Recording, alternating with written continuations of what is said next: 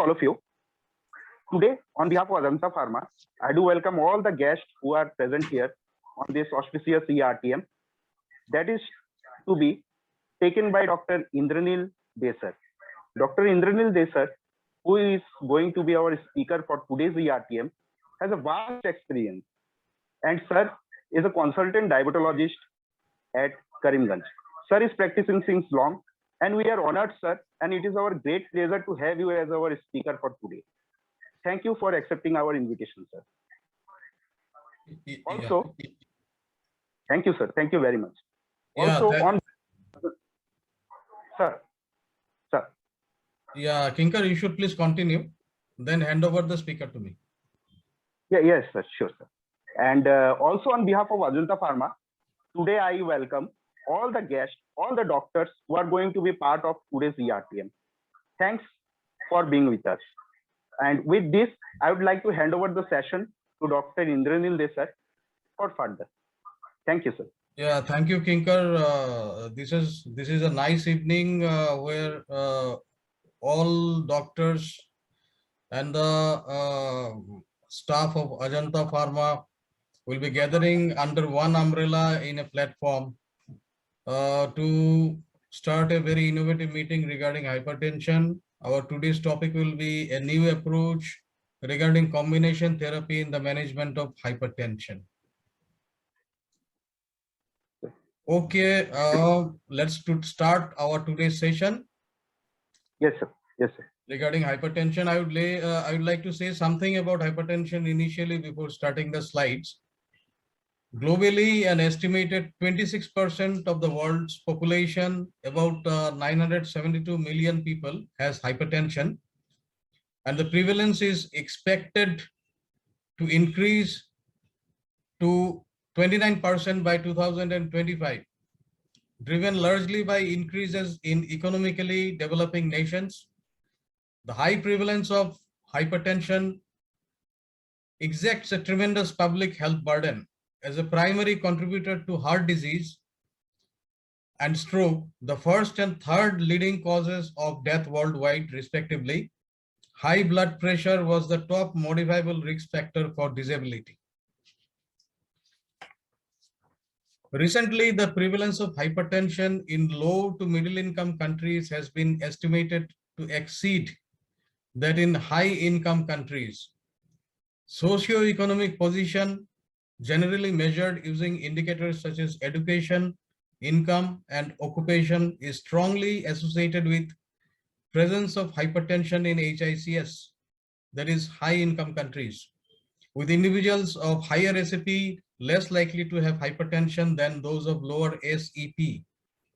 The association between SEP and hypertension in HICS may be attributable to a greater awareness of hypertension and associated risk factors in those with high SEP and greater access and adherence to healthcare.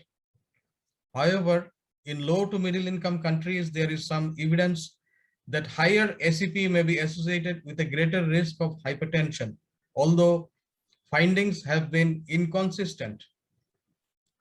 The association between elevated SEP and poor health in these settings may be driven by changes in behavior, such as excessive consumption of alcohol, excessive calorie intake, or the greater likelihood of sedentary employment in higher SEP brackets.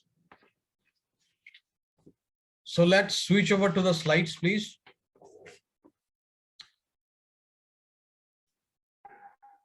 Yes, sir. Yes, sir.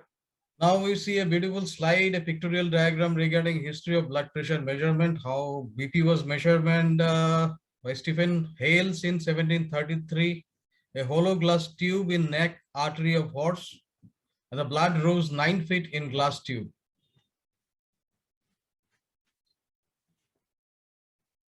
Hypertension is a silent killer as per WHO.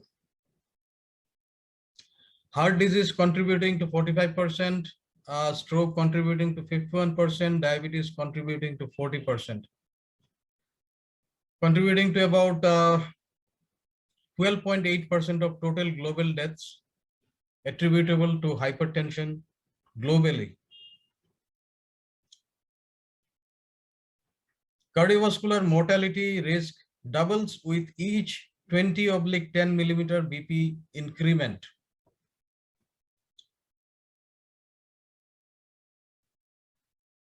Throughout middle and old age, a person's usual blood pressure is strongly and directly related to cardiovascular disease mortality, with no evidence of a threshold down to at least 115/75 millimeter of mercury. In this meta-analysis, information was obtained regarding the usual BP and causes of death for 1 million adults without known cardiovascular disease at the time of enrollment in 61 prospective observational BP studies. The analysis involved a correction for potential regression, dilution bias by relating mortality during each decade of age at death to the estimated usual BP at the start of that decade. Throughout the BP range, more than 115/75 millimeter mercury to 175/105 millimeter of mercury, usual BP was found to be more strongly related to cardiovascular death than previously estimated. At ages 40 to 69 years, each increase of 20 millimeter of mercury, usually systolic blood pressure, or 10 millimeter mercury, usually diastolic BP, was associated with more than double the rate of stroke death and double the rate of death from coronary heart disease and other vascular causes. The age-specific associations were similar for man and woman. Extrapolating from this data, a 10 millimeter of mercury lower usual systolic BP or a 5 millimeter mercury lower usual diastolic BP throughout middle age would be associated with an approximate 40% lower risk of stroke death and an approximate 30% lower risk of death from coronary heart disease.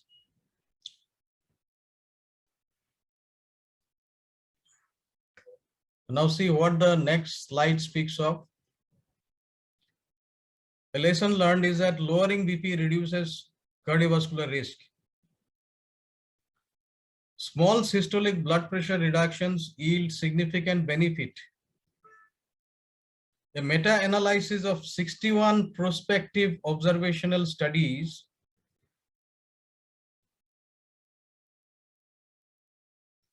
has shown that a 10 millimeter mercury lower systolic BP is associated over the long term with a 40% lower risk of stroke death and a 30% lower risk of death from ischemic heart disease or other vascular causes. Even a small 2 millimeter mercury fall in mean systolic BP was associated with large reductions in premature deaths and disabling strokes. There was no evidence of a J-curve, that is a threshold of reduction beyond which risk begins to increase. The reduction in risk associated with a given reduction in mean BP is approximately constant down to at least an systolic BP of 150 millimeter of mercury and a diastolic blood pressure of 75 millimeter of mercury, well beyond what is normally achieved. The reduction in risk thresholds for all age groups assessed from 40 up to 89 years old.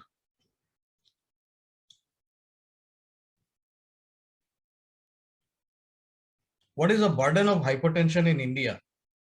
About 33% urban and 25% rural Indians are hypertensive.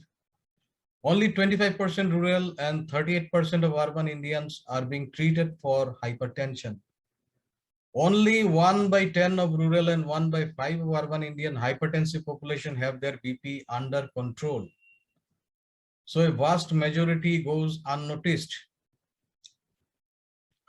Now, what is the classification of hypertension by JNC7? Normal was considered as systolic less than 120 and diastolic less than 80.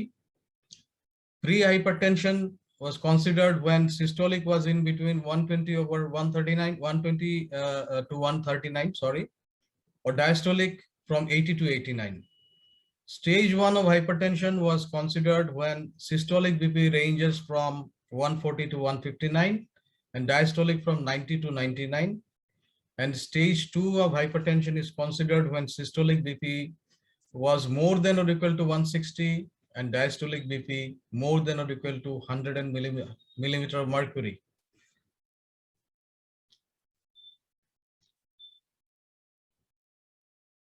In 2017, American College of Cardiology, American Heart Association, AAPA, ABC, APE, ACPM, AGS, etc. Guidelines for the prevention, detection, evaluation, and management of high BP in adults.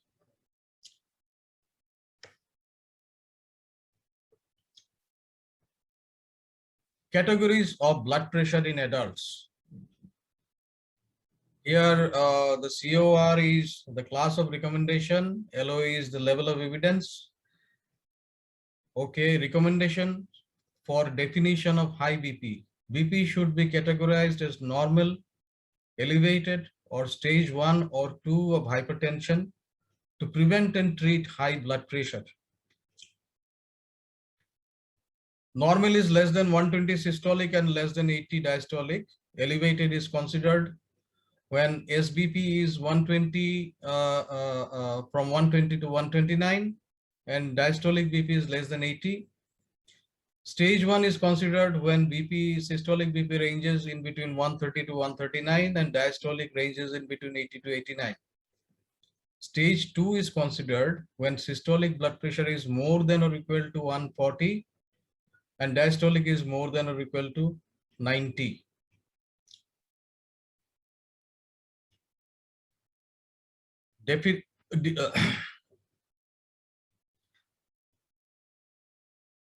Okay, something is new over here from JNC7.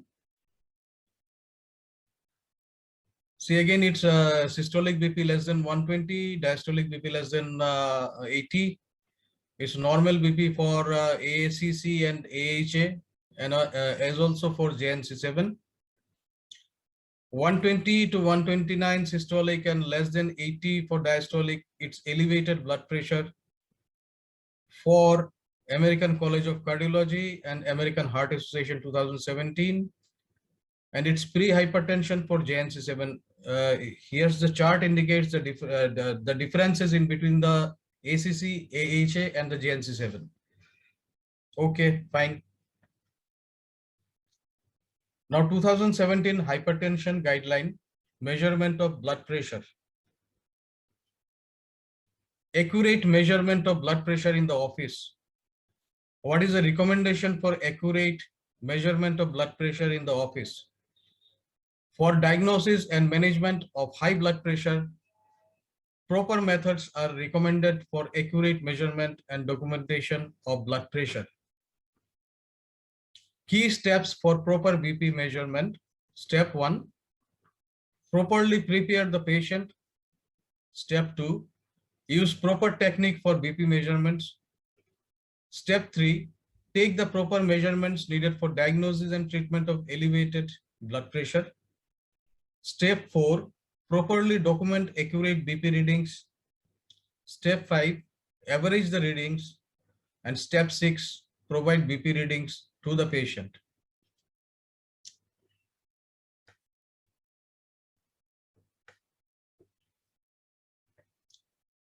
Now, what is the importance of accurate blood pressure measurement? There are a few points like number 1, to calculate atherosclerotic cardiovascular disease risk. Number 2, to guide hypertension management. Number 3, for classification of the blood pressure. And number 4, to avoid overtreatment and undertreatment. To be noted that overestimating true BP by 5 millimeter of mercury would lead to inappropriate judgment and treatment for hypertension with anti-hypertension medications in almost 30 million patients. With attendant exposure to adverse drug effects, the psychological effects of misdiagnosis and unnecessary cost borne.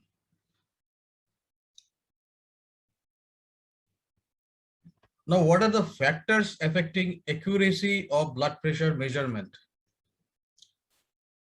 Now, this is a chart indicating like factor and what is the magnitude of BP discrepancy, both of systolic as well as of diastolic.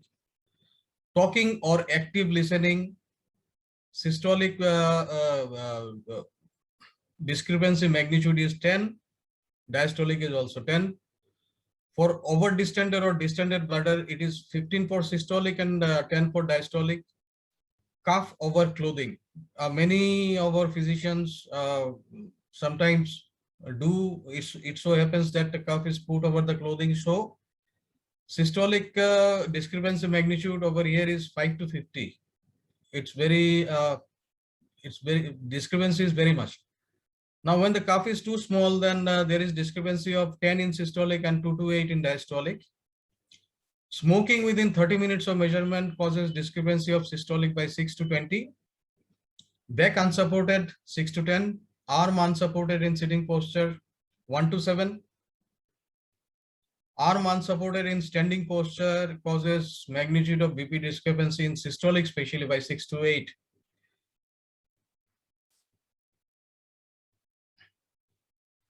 Now, there are limitations of office blood pressure measurement. The inherent variability of BP coupled with the small number of readings that are typically taken in the doctor's office. Physician record BP on average 7/3.8 millimeter mercury higher than the nurses. Number 2, do not reflect the diurnal variation and nocturnal BP levels. Poor technique, for example, terminal digit preference, rapid cuff deflation or deflation, whatever you say, improper cuff. Then there is the white coat hypertension effect, the mask effect.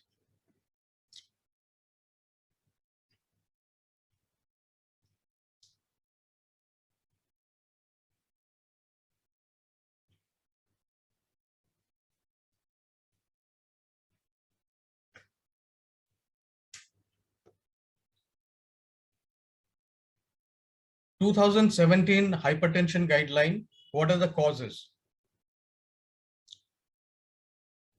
There are two types of causes, the common and the uncommon causes. Now let's go first to the common causes. These are renal parenchymal disease, renovascular disease, primary aldosteronism, obstructive sleep apnea, drug or alcohol induced. Now what are the uncommon causes?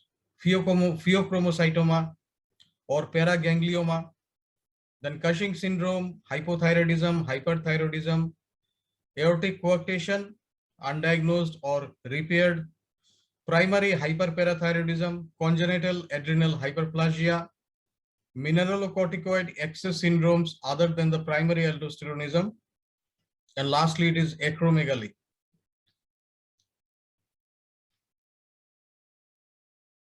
The 2017 hypertension guideline regarding patient evaluation. Basic and optional lab tests for primary hypertension.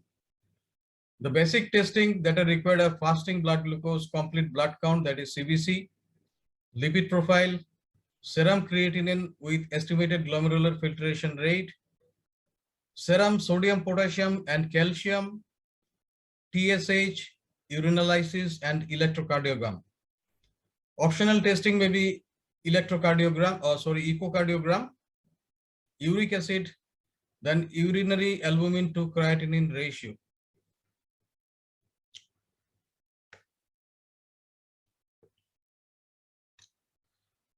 Again, 2017 hypertension guideline regarding treatment of high blood pressure. This is a beautiful chart depicting BP thresholds and recommendations for the treatment. Accurate BP measurement and formal assessment of 10-year cardiovascular risk using the ASCVD risk estimator to determine when to start treatment with antihypertensive agents, in addition to lifestyle change for the patient with stage 1 hypertension. Correctly classifying a patient's BP level, diagnosing high blood pressure, and determining risk requires correct measurement. A checklist detailing the steps for accurate measurement of BP is provided in the guideline. The diagnosis of hypertension should be based on an average of more than or equal to 2 carefully recorded readings obtained on more than 2 occasions, out of office and self-monitoring blood measurements, BP measurements are recommended to confirm the diagnosis of hypertension and for titration of BP lowering medication in conjunction with clinical interventions and telehealth counseling.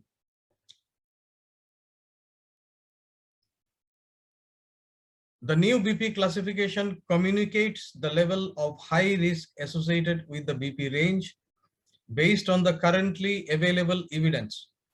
BP should be categorized as normal, elevated, or stage 1 or 2 hypertension to prevent and treat high blood pressure.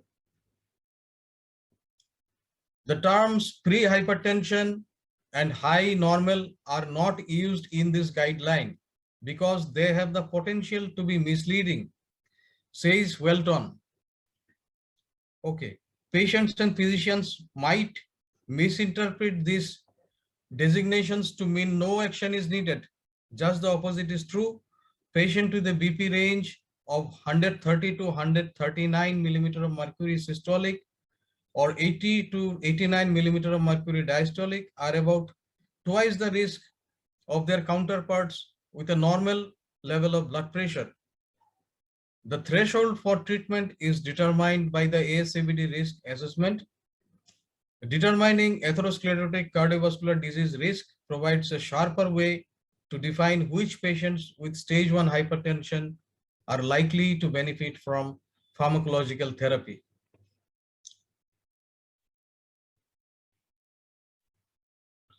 The oral primary antihypertensive drugs. There are the classes, the drugs, usual dose, daily frequency, and comments are there. Like thiazide or thiazide type diuretics like chlorthalidone, hydrochlorothiazide, indapamide, metolazone. Chlorthalidone is preferred based on prolonged half-life and proven trial reduction of cardiovascular disease.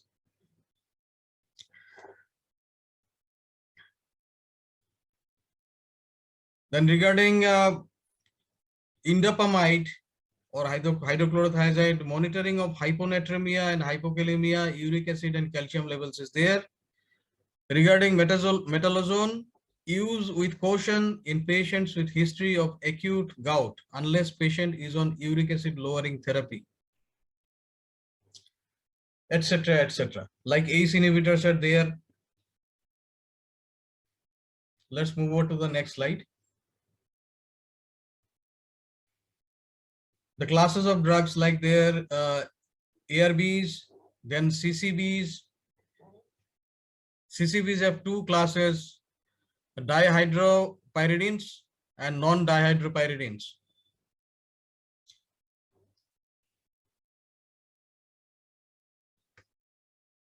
Let's move on to the next slide. What about the hypertension in patient with comorbidities as per 2017 hypertension guidelines? In stable ischemic heart disease, hypertension with stable ischemic heart disease, we need to reduce BP to less than 130/80 millimeter of mercury with GDMT, beta blockers, ACE inhibitors, or ARBs. If BP goal is not met and angina pectoris is there, add dihydropyridine CCBs if needed. And if there is no angina, add dihydropyridine CCBs, thiazide type diuretics, and or mineralocorticoid receptor agonists as needed.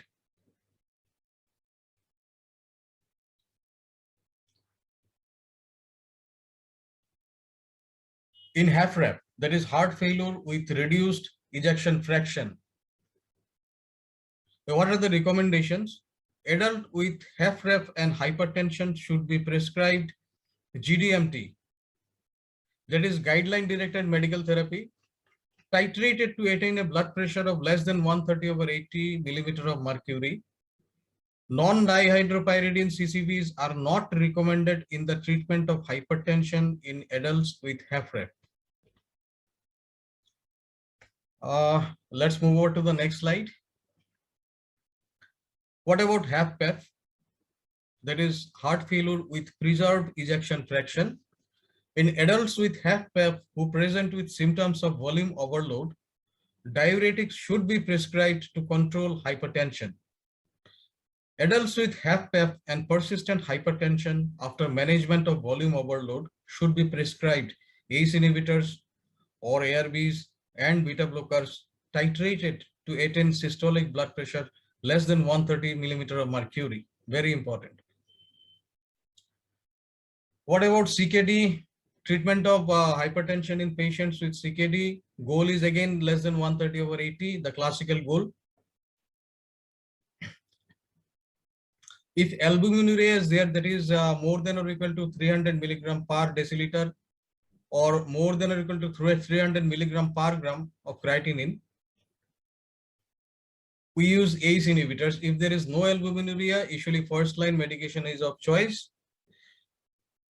If ACE inhibitor is intolerant, then we use ARBs. And if it is not, then we can continue with ACE inhibitors. What about in acute intracerebral hemorrhage? In acute cases, that is less than 6 hours from symptom onset, that is spontaneous intracranial hemorrhage. Systolic blood pressure, if 150 to 220 millimeter of mercury, systolic blood pressure lowering to less than 140 millimeter of mercury is recommended. If systolic BP is more than 220 millimeter of mercury, systolic blood pressure lowering with continuous IV infusion, and there should be close BP monitoring.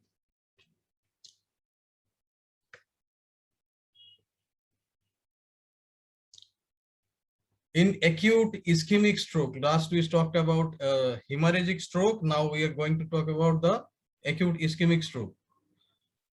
In acute stages, that is less than 72 hours from symptom onset, ischemic stroke and elevated BP.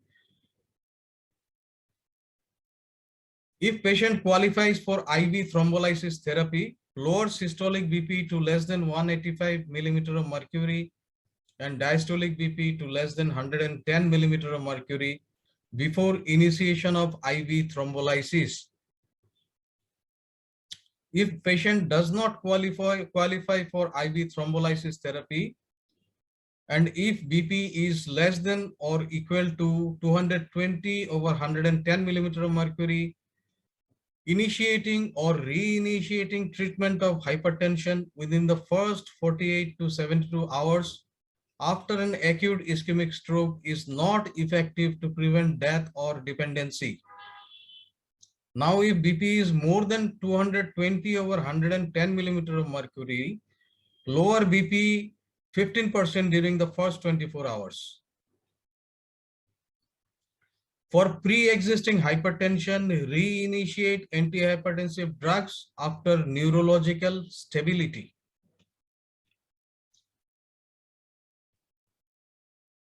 What about in secondary stroke prevention? In cases of stroke more than or equal to 72 hours from symptom onset and stable neurological status or transient ischemic attack. In cases of previously diagnosed or treated hypertension, restart anti-hypertensive treatment. If there is no previous diagnosed or treated hypertension and estimated systolic BP is more than or equal to 140 millimeter of mercury and diastolic is more than or equal to 90 millimeter of mercury, initiate anti-hypertensive treatment. Aim for systolic BP or BP overall should be less than 130/80. When there is established systolic BP of more than 140 millimeter of mercury and diastolic more than or equal to 90, usefulness of starting anti-hypertensive treatment is not well established. Okay.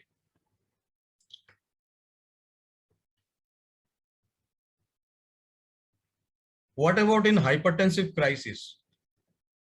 That is systolic BP more than 180 millimeter of mercury and or diastolic BP more than 120 millimeter of mercury. If there is target organ damage, new, progressive or worsening, this is a hypertensive emergency. admit to ICU, conditions like aortic dissection, severe preeclampsia or eclampsia, pheochromocytoma crisis should be assessed.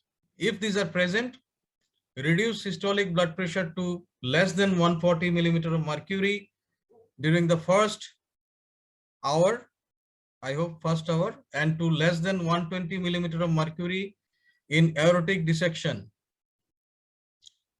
If there is no such conditions like aortic dissection, severe preeclampsia or eclampsia and pheochromocytoma crisis, reduce BP by maximum 25% over first hour, then to 160/100 to 110 millimeter of mercury over the next 2 to 6 hours, then to normal over the next 24 to 48 hours.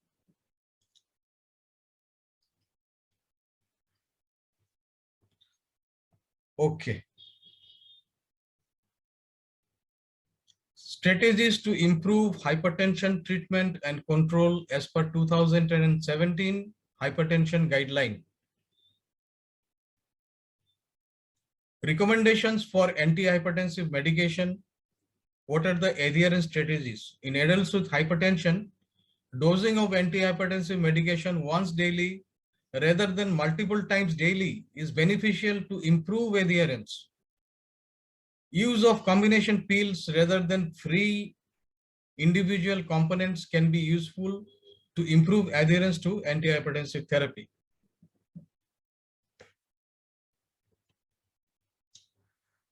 This is a beautiful bar diagram indicating that monotherapy is not enough. There are many trials which indicate that it requires more than 2 or 3 drugs, like INVEST, CONVINCE, ALHUT study, IDNT, renal study, Ckd study, ABCD, and all. Now let's focus on managing hypertension using combination therapy. Approximately 70% of patients with hypertension will require 2 or more agents to achieve their target blood pressure. Using combination therapy for initial management offers the potential to achieve target blood pressure with fewer adverse effects. Compelling indications present that benefit from different mechanisms of action of multiple antihypertensive therapy. Now let's talk about the triple drug combination. Hypertensive patients whose blood pressure are more than 20 millimeter of mercury above their goal will often require 3 or more medications. Hypertension optimal treatment, that is HOT study, an average of 3.3 drugs were required in patients aimed at a diastolic blood pressure goal of less than 80 millimeter of mercury. Anglo-Scandinavian cardiac outcomes trial blood pressure lowering arm, that is Ascot BPLA, most patients, that is about 78%, were taking at least 2 antihypertensive agents.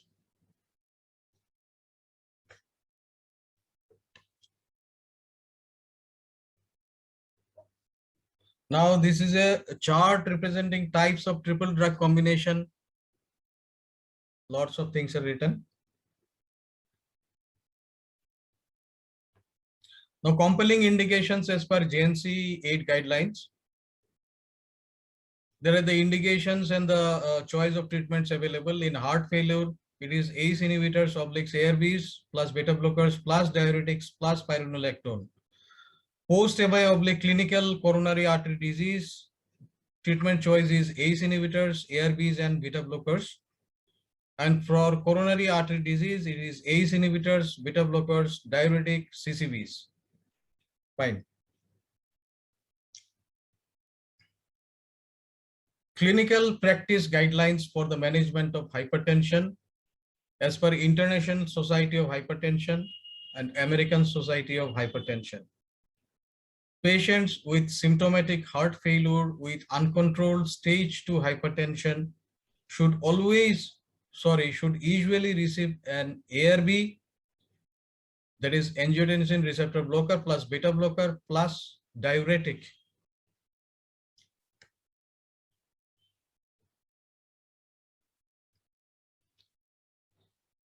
ESH and ESC guidelines what do they recommend? In diabetic hypertensives, a combination therapy of ARBs plus beta blockers plus chlorthalidone should be considered when treating diabetic hypertensives.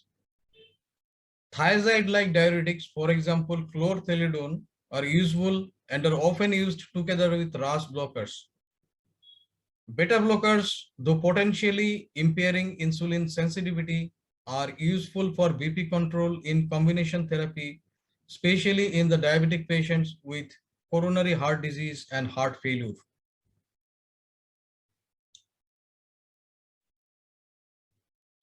What are the benefits of combination therapy? Number A, there will be a synergistic action. Number B, achieves targeted BP goals. Number 3 or number C, reduce chances of side effects. Number D, improves the tolerability profile. And number E, there is less chance of CAD and stroke.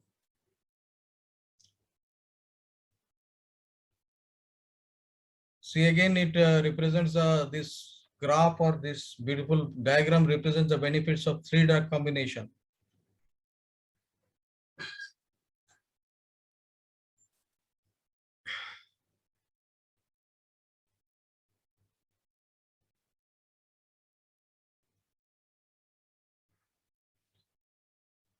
This is again a diagram representing the advantages of combination therapy.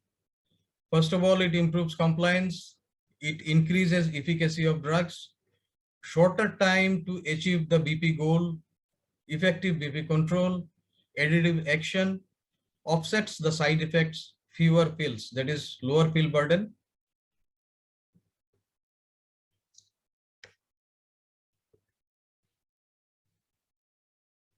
What if we combine a diuretic, an angiotensin receptor blocker, and a beta blocker? Diuretic, that is chlorthalidone in hypertension management. There is a clip from Indian Heart Journal stating about its benefit.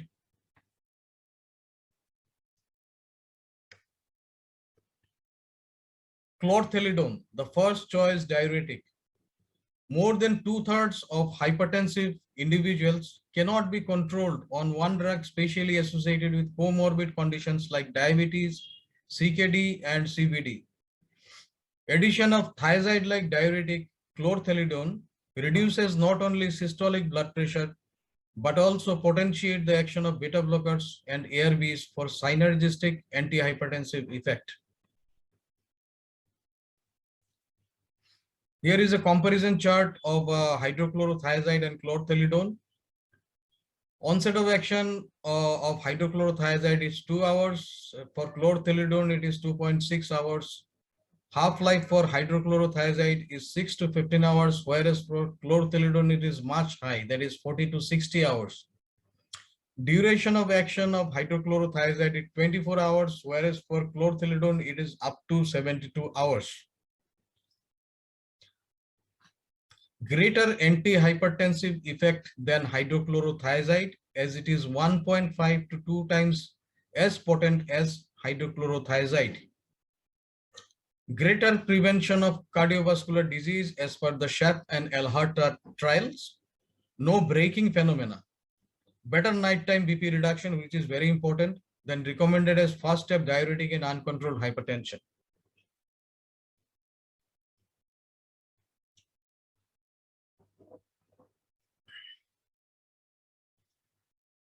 Chlorthalidone clinical trials for 2 decades.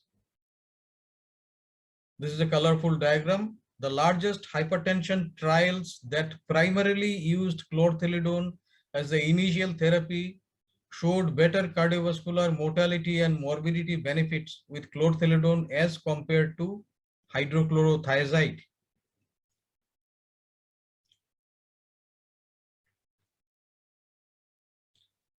This is a depiction of the SHAP trial, that is systolic hypertension in elderly program. In elderly patients with isolated systolic hypertension, what does chlorthalidone do? It reduces rates of total stroke by 36%, reduces major cardiovascular events by 32%, and reduces all-cause mortality by 13%.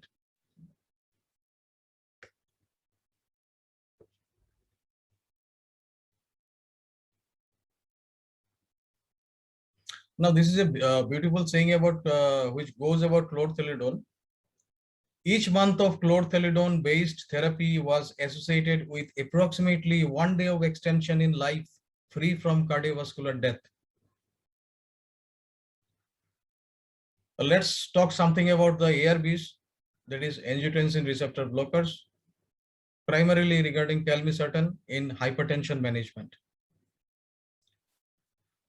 The uniqueness of telmisartan is that there is Pharma binding to the AT1 receptor, longer half-life, better distribution, free from drug interactions, activates PPAR gamma, and lower renal excretion.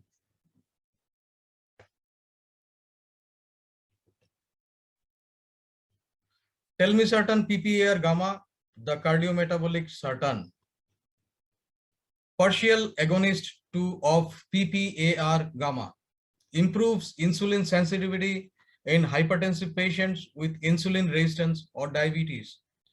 Using telmisartan alone or in combination with a diuretic can be efficacious in patients with dyslipidemia.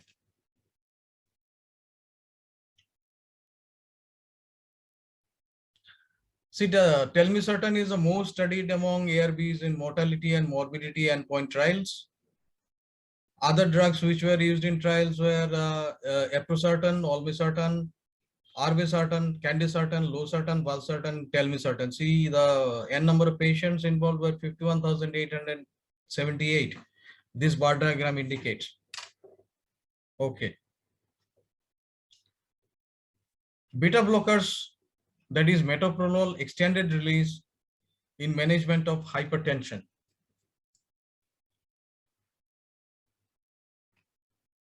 This is competitive beta-1 selective lipophilic adrenergic antagonist. Provides 24-hour beta-1 blockade, lowers blood pressure smoothly and consistently over a 24-hour dose interval. Guideline advocate the use of metoprolol in patients with an indication for beta blockers.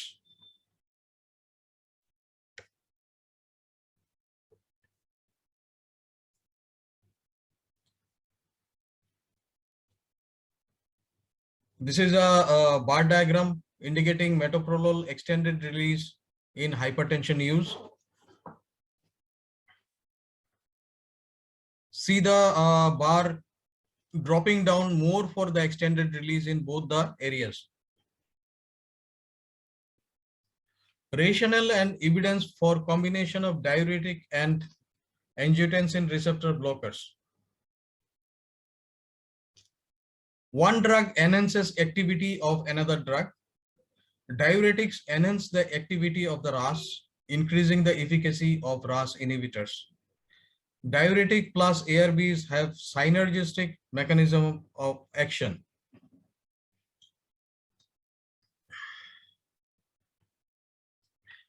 Diuretics such as hydrochlorothiazide promote sodium excretion, leading to a reduction in plasma volume and peripheral resistance. The resulting activation of the RAS means that the effect of blocking AT1 receptors and therefore the response to ARB therapy is enhanced, providing a rationale for co-administration of agents from these two drug classes.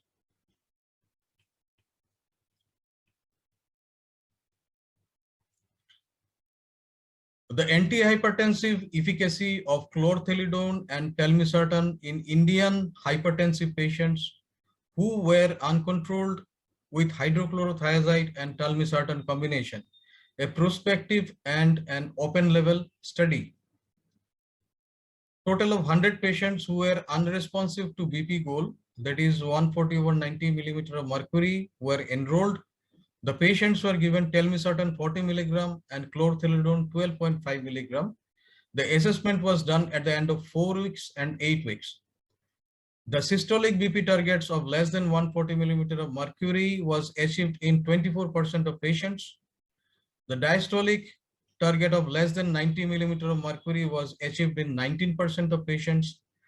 The combined systolic and diastolic BP target of less than 140/90 was achieved in 15% of patients. The hypertensive patients who did not or who do not achieve the target blood pressure on telmisartan and hydrochlorothiazide can be switched on to telmisartan and chlorthalidone combination for better results.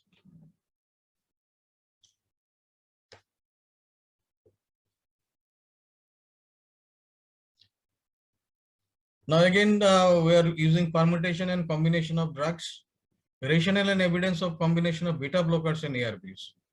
Now, what is the rationale? Target organ protection as per API, achieving target BP reduction in the range of 20/10 millimeter of mercury for target organ protection in patients of ischemic heart disease, heart failure, and cardiomyopathies to prevent upregulation of renin.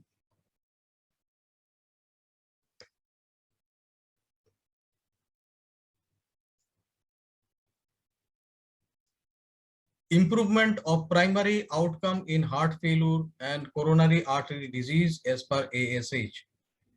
Offers cardioprotective action, frequently co-administered to patients with coronary heart disease or heart failure.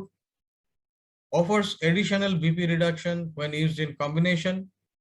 Can be used together in patients with coronary artery disease or heart failure when outcome improvement is the primary goal or objective. Improve survival as per ESC. In patients having suffered with heart failure, these two drug classes are commonly combined because both have been shown to improve survival.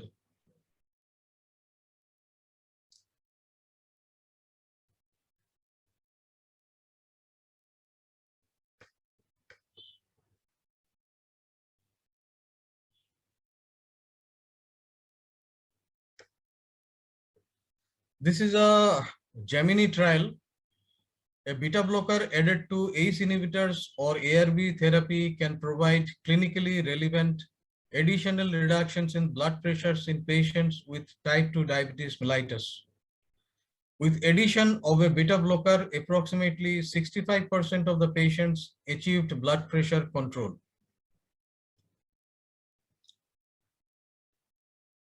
What is the rationale and evidence of combination of diuretic and beta blocker? Beta blocker and diuretic combination. Beta blocker and diuretic combinations offered 38% reduction in the incidence of stroke, 16% reduction in coronary artery disease, and 21% reduction in cardiovascular mortality.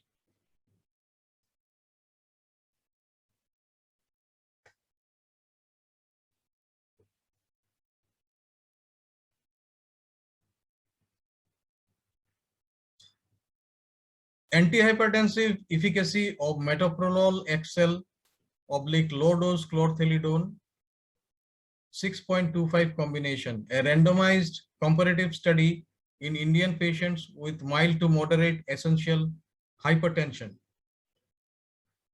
Total of 130 patients were involved in the study. 65 in the metoprolol XL 25 and chlorthalidone 6.25 and 65 in the metoprolol XL 25 milligram and hydrochlorothiazide 12.5 in this 12-week study.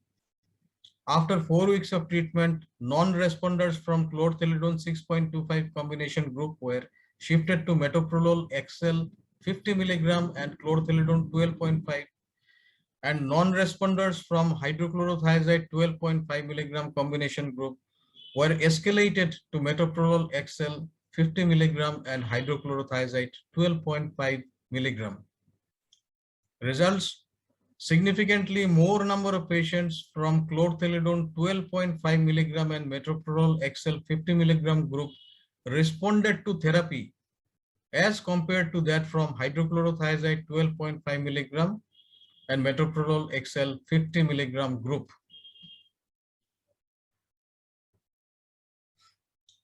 Now lastly, benefits of combination of diuretic, ARB and beta blocker. Metoprolol extended release offers greater BP reduction, heart rate, and morning BP unlike CCB, amlodipine, in other combinations.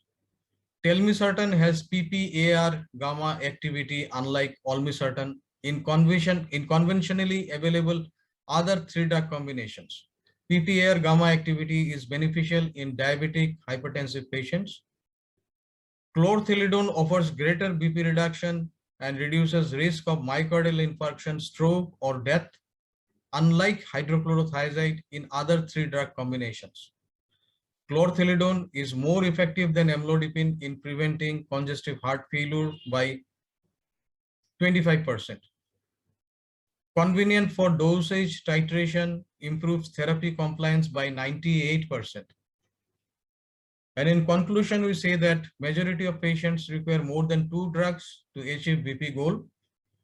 Combination therapy are recommended in treatment guidelines. Telmisartan, chlorthalidone, and metoprolol combination provides superior BP control in patients with uncontrolled hypertension and comorbid diabetes and severe risks. End organ protection is there. It reduces pill burden, and overall there is increased patient compliance. Thank you for the patient hearing.